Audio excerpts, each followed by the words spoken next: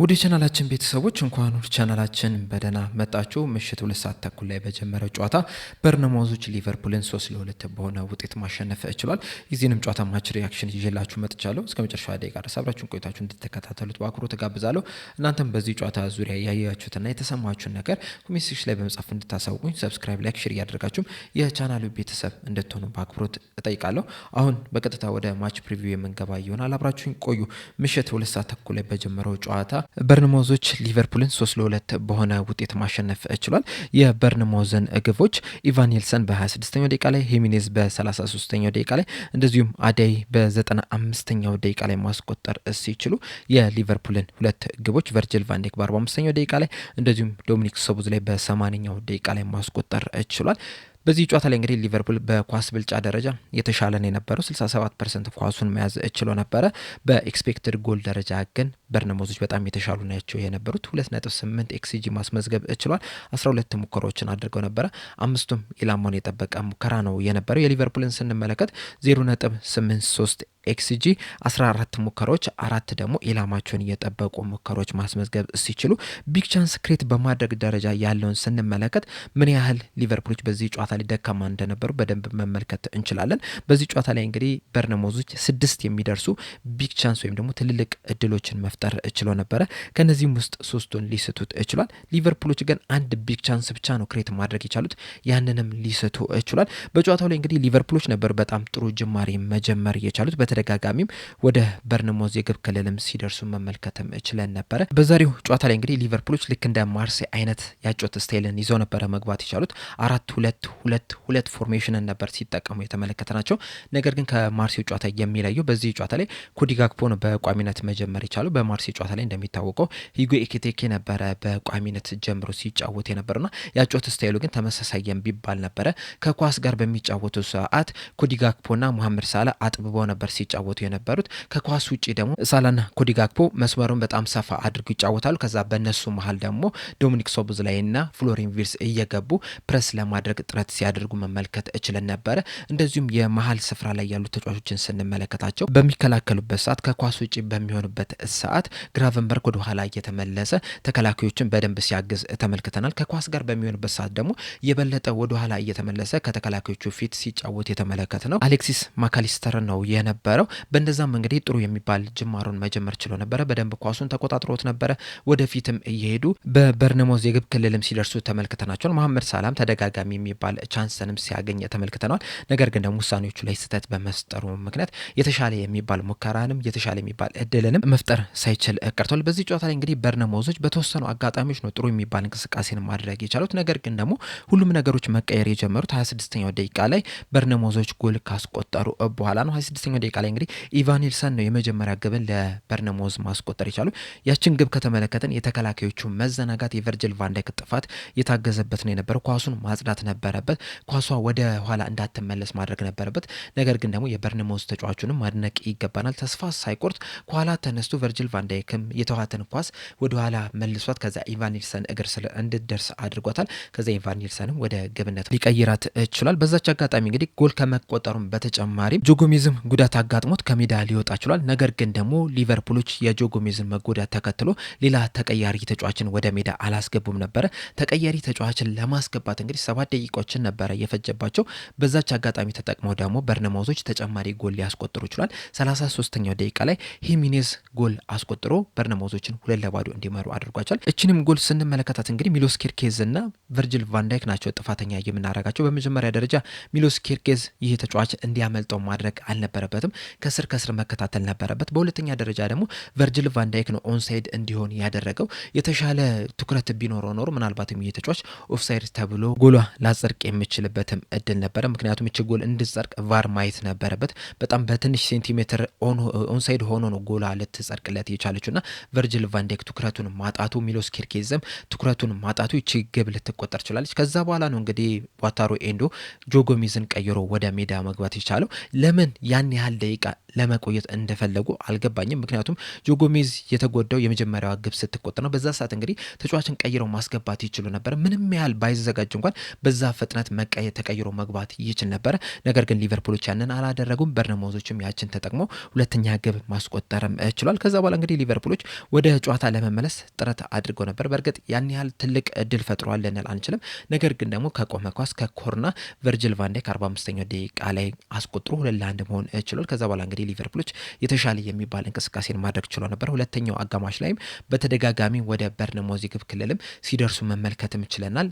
በርነማውዞችን በጣም አስጨንቀዋቸው ሲጫወቱ ተመልክተናቸዋል። በርነማውዞች በበኩሉ በጣም ወደ ኋላ ተስበው ሲከላከሉም የተመለከትንበትም አጋጣሚም ነበረ። ይህንንም ተከትሎ ሊቨርፑሎች ጫናቸውን ጨምረው 78ኛው ደቂቃ ላይ ፋውል ተሰርቶባቸው እንግዲህ የቅጣት ምት ሊያገኙ ይችላሉ። ያችንም ቅጣት ምት ዶሚኒክ ሶብዝ ላይ ወደ ግብነት በመቀየር ሊቨርፑልን አቻ ማድረግ የሚችሉ ነበር። ከዛ በኋላ እንግዲህ ሊቨርፑሎች የተሻለ ጫናን ይፈጥራሉ ተብሎ ተጠብቆ ነበረ።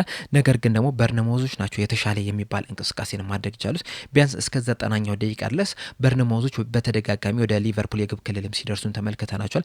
ሙከራዎችንም ሲያደርጉ ተመልክተናቸዋል። በተለይ ደግሞ ሊቨርፑሎች ያቻነቷን ግብ ካስቆጠሩ በኋላ 80ኛው ደቂቃ ላይ በጣም ጥሩ የሚባል ቻንስን አግኝተው ነበር። ጥሩ ሙከራ ማድረገው ነበረ። ነገር ግን ደግሞ በረኛው አሊሰን ቤከር ሊያድነው ችሏል። ከዛ በኋላም 83ኛው ደቂቃ ላይ ኢቫን ኒልሰን በጣም ምርጥ የሚባል አጋጣሚ አግኝቶ ነበረ። ከበረኛው ጋርም 1-1 ተገናኝቶ ነበረ። ነገር ግን ወደ ግብነት ሳይቀይራት ቀርቶ 90ኛ ደቂቃ በኋላ ግን ለ2 ደቂቃዎች ያህል ሊቨርፑሎች በጣም የተሻሉ ቡድን ሆኖ መመልከት ችለን ነበረ። ሙሉን ጊዜያቸውን በበርነማውዝ የግብ ክልልም ሲያሳልፉ ተመልክተናቸዋል።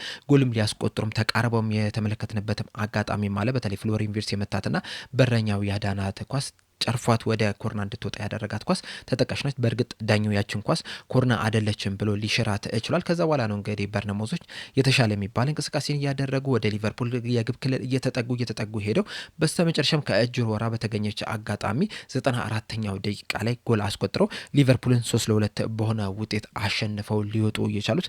በዚህ ጨዋታ ላይ እንግዲህ በሊቨርፑል በኩል ያን ያህል የሚያስደስት እንቅስቃሴ አድርጓል ብዬ አላስብም። በእርግጥ ሁለቱም ቡድኖች ከዚህ በፊት ከሚታወቁባቸው እንቅስቃሴዎች አንጻር ስንመለከት ያን ያህል ጥሩ እንቅስቃሴ አድርጓል ብዬ አላስብም። ሊቨርፑሎችም እንግዲህ በተለይ ከማርሴይ ጨዋታ በፊት ከበርንሌ ጨዋታ በፊት ሁልጊዜም በተደጋጋሚ ስናነሳው የነበረ ነገር ነበረ። እሱም ምንድነው ሊቨርፑሎች ኳሱን ይዙታል፣ ነገር ግን ደግሞ ትልልቅ እድሎችን እየፈጠሩ አይደለም ስንል ነበር። በዚህ ጨዋታ ላይ የተመለከትነው ያንን ነገር ነው። 67% ኳሱን ይዘው ነገር ግን ደግሞ አንድ ብቻ ነው ትልቅ እድል መፍጠር እየቻሉት።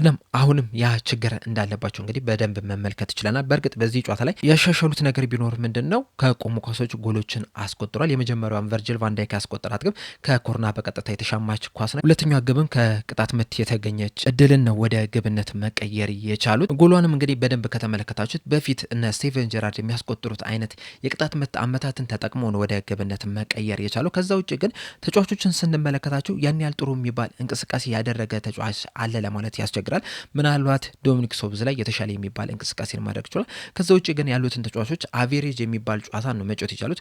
ሚሎስ ኬርኬዝ የመጀመሪያው አጋማሽ ላይ በቋሚነት ነበር የጀመረው። ሁለተኛው አጋማሽ ላይ በሮበርትሰን ተቀይሮ ሊወጣ ችሏል። የመጀመሪያው አጋማሹን ስንመለከት የመጀመሪያዎቹ 20 ደቂቃዎች ላይ ጥሩ የሚባል እንቅስቃሴን ማድረግ ችሎ ነበር። ከዛ በኋላ ግን በጣም ሲቸገር የተመለከትነው ተጫዋች ነው። ጀረሚ ፍሪምፖንግም የሚያቀብላቸው ኳሶች ላይ ሲሳሳት ተመልክተናል። በተመሳሳይ መልኩ ፍሎሪን ቪርትዝ የሚያቀብላቸው ኳሶች ላይ ሲሳሳት የተመለከትንባቸው አጋጣሚዎች አሉ። ኮዲ ጋክፖ ጭራሽ በጨዋታው ላይ ነበረ ለማለት ራሱ ያስቸግራል። እንዲሁም ከሱ ይልቅ ሪዮን ጉሙሃ ተቀይሮ ገብቶ የተሻለ የሚባል እንቅስቃሴን አድርጓል ብዬ ነው የማስበው። ምክንያቱም በመጀመሪያ ደረጃ ሊቨርፑሎች ያስቆጥሯት ሁለተኛ ግብ የሱ አስተዋጽኦ በጣም ከፍተኛ ነው የነበረው። ከዛ በፊት ራሱ ድሪብል እያደረገ ወደ ሳጥን ውስጥ ሲገባ ተመልክተናል። እንደውም በዛች አጋጣሚ ፋውል ተሰርቶበት ነበር። ምናልባት ቢወድቅ ኖሮ ፔናልቲም ተብሎ ለሊቨርፑል ሊሰጥ የሚችልበትም እድል ነው የነበረውና ድሪብል እያደረገ እየሄደ የበርንማውዝ ተጫዋቾችን ሲያስጨንቅ የተመለከትንበት አጋጣሚም አለ። መሐመድ ሳላህንም ስንመለከተው ራሱ ያን ያህል ጥሩ የሚባል እንቅስቃሴ አድርጓል ማለት ያስቸግራል። በእርግጥ ሁለተኛዋ ግብ አሲስት ያደረገው መሐመድ ሳላህ ነው። ከዛ ውጭ ግን ያደረጋቸውን እንቅስቃሴ ስንመለከት የተሻለ ውሳኔ መወሰን የነበረባቸው አጋጣሚዎች ላይ ያንን ሻርፕነስ ስናጣው ተመልክተናል። መምታት በነበረበት ሰዓት ለማቀበል ሲሞክር ተመልክተናል። ያ ኳስ ራሱ ለማቀበል የሞከረው ኳስ ራሱ ወደ ፈለገው ተጫዋች ሲደርስም አልተመለከትንም። ተጋጣሚ ብሮች በርነማውዞች ነበሩ ኢንተርሴፕት እያደረጉ ኳሱን ሲወስዱት የተመለከትናቸው። በተጨማሪም ደግሞ ማቀበል እየተገባውም ሲሞክርም የተመለከትንበትም አጋጣሚ አለና መሐመድ ሳላህ በዚህ ጨዋታ ላይ ያንን በፊት የምናውቀውን ሻርፕነስን አልተመለከትንበትም። እሱ ብቻም አይደለም ቨርጂል ቫን ዳይክ ራሱ ከተቆጠሩት 3 ጎሎች ውስጥ ሶስቱም ላይ ኢንቮልቭ ማድረግ ችሏል። የመጀመሪያው ላይ ኳሱን ማጽዳት ነበረበት፣ እሱ ባለማጽዳቱ ምክንያት ጎል ልትቆጠር ችላለች። ሁለተኛው ላይ ደግሞ ትኩረቱንም አጥቶ ነበረ፣ የኦፍሳይድ ትራፑንም እንዲያልፍ ያደረገው ቨርጂል ቫን ዳይክ ነው። ሶስተኛው ጎል ላይ ራሱ ኳሷን ማጽዳት ይችል ነበር፣ ነገር ግን ደግሞ ትንሽዬ ፋውል ተሰርቶብኛል በሚል ያችን ኳስ ሳያጸዳ ተቀርቷል። ያችን ኳስ ደግሞ ወደ ግብነትም ልትቀየር ትችላለች እና ቨርጂል ቫን ዳይክ ራሱ በዚህ ጨዋታ ላይ በጣም ወርዶ ነው እየተመለከት ነው። እንደውም ተቀይሮ የገቡት የተሻለ የሚባል እንቅስቃሴ ሲያደርጉ ተመልክተናቸዋል። በዚህ ጨዋታ ላይ እንግዲህ ሊቨርፑሎች መሸነፋቸውን ተከትሎ ለ14 ጨዋታ ያለመሸነፍ ጉዟቸው በዚሁ ሊገታ ችሏል። ከዚህ በኋላ እንግዲህ አሰልጣኙም ምንም የሚያስቀምጡት ሰበብ ያለ አይመስለኝም። እስካሁን ድረስ እንግዲህ ተከታታይ ጨዋታዎችን እየተሸነፍን አይደለም የምንገኘው፣ ራሳችንን እያሻሻለን ነው የምንገኘው የሚሉ ሰበቦችን ሲያስቀምጡ ነበረ። ከዛ በተጨማሪም ደግሞ ተጋጣሚ ቡድኖች በሎው ብሎክ እየተጫወቱ ነው የተቸገሩ ነው የሚል ነገርንም ሲያስቀምጡ ነበረ። በዛሬው ጨዋታ ላይ ግን በርነማውዞች በሎው ብሎክ እንኳን ቢጫወቱ ራሱ በጣም እያጠቁ መመልከት ችለናል። ብዙ ትልልቅ የሚባሉ እድሎችንም ሲፈጥሩ ተመልክተናልና ከዚህ በኋላ ይህ ሰበብ የሚሆን አይመስለኝም። ሊቨርፑል እንዳጠቃላይ እንደ ቡድን በጣም መጥፎ የሚባል እንቅስቃሴ ሲያደርግ ተመልክተናል። ምናልባትም እንግዲህ ወደዚህ ጨዋታ ሲመጡ በቂ እረፍት ስላላገኙ ሊሆን ይችላል እንደዚህ አይነት እንቅስቃሴ ያደረጉት። ነገር ግን እንደዛ ቢሆንም እንኳን ከዚህ የተሻለ ነገርን ማድረግ ነበረባቸው። 2019-20 የውድድር ዘመን ላይ የምታስታውሱ ከሆነ ሊቨርፑል በክለቦች የዓለም ዋንጫ ላይ ወደ ኳታር ይመስለኛል ሄዶ የክለቦች የዓለም ዋንጫን አሸንፎ መጥቶ ከዛ በኋላ በጥቂት ቀናቶች ውስጥ በፕሪሚየር ሊጉ ከሊስተር ሲቲ ጋር ነበር የተጫወቱና በዛ ጨዋታ ላይ እንግዲህ ሊቨርፑሎች በጣም ይቸገራሉ ተብሎ ተጠብቆ ነበረ። ነገር ግን ደግሞ ሙሉ ቡድኑ በጣም በትልቅ መነሳሳት ነበር ያንን ጨዋታ ማድረግ የቻለው። ከዛ በኋላ እንደምናስታውሰው 4-1 4-0 በሆነ ውጤት ነው ያንን ጨዋታ ራሱ አሸንፈው መውጣት የቻሉት። እንደውም በዛ ጨዋታ ላይ ትሬንት አሌክሳንደር አርኖልድ ራሱ በጣም ጥሩ የምትባል ግብን ማስቆጠር ችሎ ነበርና ይህ ነገር ለሊቨርፑል አዲስ አይደለም፣ ለተጫዋቾቹ አዲስ አይደለም። በዛ ምክንያትም ከዚህ የተሻለ ነገር ማድረግ ነበረባቸው። በተለይ ደግሞ ከአዳዲስ ተጫዋቾች ውጭ ያሉት በክረምት የዝውውር መስኮት ከፈረሙ ተጫዋቾች ውጭ ያሉት ተጫዋቾች ከዚህ የተሻለ ነገርን ማድረግ ነበረባቸው። ምክንያቱም በሊቨርፑል የመጮት ልምድ አላቸው፣ ተደራራቢ ጨዋታዎችን የመጮት ልምድ አላቸውና እንደዚህ አይነት መጥፎ የሚባል እንቅስቃሴ በማየታችን በጣም ነው የሚያሳዝነው። በተለይ ደግሞ ተጫዋቾች ያሳዩት የተነሳሽነት መጠን በጣም የወረደ ነው የነበረው። በፊት እንግዲህ ሊቨርፑል ጨዋታዎችን ለማሸነፍ የነበራቸው ፍላጎት የነበራቸው ረሃብ በዚህ ሰዓት ላይ እየተመለከተን አይደለም የምንገኘው። ዝም ብሎ ኳስ ማሽከርከርን ብቻ ከፊት ወደ ኋላ ከኋላ ወደፊት ብቻ ይዞ መጓዝን ብቻ ነው እየተመለከተን የምንገኘው እንጂ ማጥቃቱ ላይ ያን ያህል የተሻለ የሚባልን ነገር እያደረጉ አይደለም እየተመለከትናቸው የምንገኘው። ሌላኛው አሳሳቢ ነገር ደግሞ በዚህ ጨዋታ ላይ 26ኛው ደቂቃ ላይ በርነማውዞች ጎል ካስቆጠሩ በኋላ ጆ ጎሜዝም ተጎድቶ ከሜዳ ሊወጣ ይችላል። የጨረሱትን ተጫዋቾች ስንመለከታቸው 90ኛው ደቂቃ ላይ በሊቨርፑል በኩል ተከላካይ ስፍራ ላይ የነበሩትን ተጫዋቾች ስንመለከታቸው በቀኝ ክንፍ ተከላካይ መስመር ላይ ዶሚኒክ ሶቦዝ ላይ፣ በግራ ክንፍ ተከላካይ መስመር ላይ ሮበርትሰን፣ እንደዚሁም በመሃል ቦታው ላይ ደግሞ ቨርጂል ቫን ዳይክና ዋታሩ ኤንዶ ነበሩ ጨዋታውን መጨረስ ይቻሉት። ከነዚህ ውስጥ እንግዲህ ቨርጂል ቫን ዳይክ ብቻ ነው ተፈጥሯዊ የተከላካይ ስፍራ ተጫዋች እንጂ ዶሚኒክ ሶቦዝ ላይ በዋነኝነት የሚጫወተው የመሃል ሜዳው ላይ ነው። በዛ ላይም እንግዲህ በጣም ምርጥ የሚባል እንቅስቃሴን እያደረገ ነው የሚገኘው። ወደ ተከላካይ ስፍራ መመለስ የሌለበት ተጫዋች ነው። እንደዚሁም ዋታሩ ኤንዶም 6 ቁጥር ቦታ ላይ የሚጫወት ተጫዋች ነው። በእርግጥ በተከላካይ ስፍራ ላይም ከዚህ በፊትም በተለያዩ ክለቦችም ሲጫወት የተመለከትነው ተጫዋች ነው። ነገር ግን ደግሞ በሊቨርፑል ቤት ቢያንስ በዋነኝነት እየተጫወተ የሚገኘው 6 ቁጥር ቦታ ላይ ነው። ከዛ በተጨማሪም ደግሞ በክለብ ውስጥ ካሉ ተጫዋቾች መካከል በአሰልጣኙ እምነት ካልተጣለባቸው ተጫዋቾች መካከል አንደኛው ዋታሩ ኤንዶ ነው። እንደዚሁም ደግሞ የግራ ክንፍ ላይም ያለውን ተጫዋች ስንመለከተው አንዲ ሮበርትሰን ትናንትና እንደሰማችሁት እንግዲህ ወደ ቶተንሃም ሆትስፐር ሊያቀና ተቃርቧል ነው እየተባለ የሚገኘው። እንደውም ቶተንሃሞችም ለዚህ ተጫዋች እስከ 5 ሚሊዮን ፓውንድም ለመክፈል አስበዋል ነው እየተባለ የሚገኘው። እሱን እንግዲህ በቀጣይ የምንመለከተው ይሆናል። ነገር ግን በአጠቃላይ ተጫዋቹ ሊቨርፑል ሊለቅ ተቃርቧል ነው እየተባለ የሚገኙና ሊቨርፑሎች ጨዋታውን የጨረሱት በእነዚህ ተከላካዮች ነው።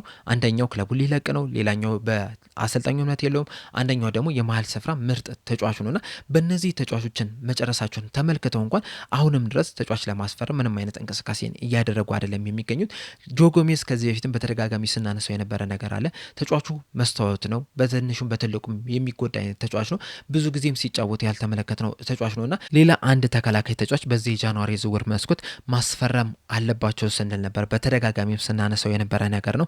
ነገር ግን ሊቨርፑሎች እስካሁን ድረስ ምንም አይነት ተጫዋች አላስፈረሙ። ማርክ ጌም ወደ ማንቸስተር ሲቲ ሄዶ በዛሬው ዕለት እንግዲህ የመጀመሪያ ጨዋታውን ማድረግ ይችላል። ማንቸስተር ሲቲዎችም በክሊንሺትም ሊወጡ ይችላሉ። በእርግጥ ማርክ ጌ ስለገባ ነው ስላልገባ ነው እሱ ሌላ ታሪክ ነው።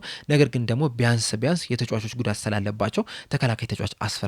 ሊቨርፑሎች ግን ማርኬት ኦፖርቹኒቲ ነው የምንፈልገው የሚል ነገርን እያነሱ ነው የሚገኙትና በእንደዚህ አይነት ሁኔታ እስከ መቼ ይዘለቃል የሚለው በጣም ትልቅ ጥያቄ ነው እና በአጠቃላይ በዚህ ሰዓት እንግዲህ ሊቨርፑሎች በስፖርቲንግ ዳይሬክተር ችግር ውስጥ ገብተዋል፣ በአሰልጣኙም ችግር ውስጥ ገብተዋል፣ በተጫዋቾቹም ችግር ውስጥ ገብተዋልና በእነዚህ በሶስቱም ወገኖች ችግር ውስጥ ገብተው ነው እንግዲህ በፕሪሚየር ሊጉ እየተጫወቱ የሚገኙትና ምናልባትም እንግዲህ በነገው ዕለት ቼልሲና ማንቸስተር ዩናይትድ ተጋጣሚዎቻቸውን የሚያሸንፉ ከሆነ ወደ 6ኛ ደረጃ ዝቅ የሚሉ ይሆናልና ምናልባትም በዚህ ሲዝን ሻምፒየንስ ሊግን ይዘው ራሱ ላያጠናቅቁ የሚችሉበት እድል አለና በጣም ብዙ ለውጦች ያስፈልጋል። ብዙ ነገሮች መቀየር መቻል አለባቸው። ካልሆነ ግን አሁን ላይ ያሉት ችግሮች መቀጠላቸው አይቀርም። አሁን ላይ እንግዲህ ሊቨርፑሎች አንድ ስቴፕ ወደፊት አንድ ስቴፕ ወደ ኋላ ነው እየሆነ የሚገኙና እዛው ላይ ነው እየቆሙ የሚገኙት።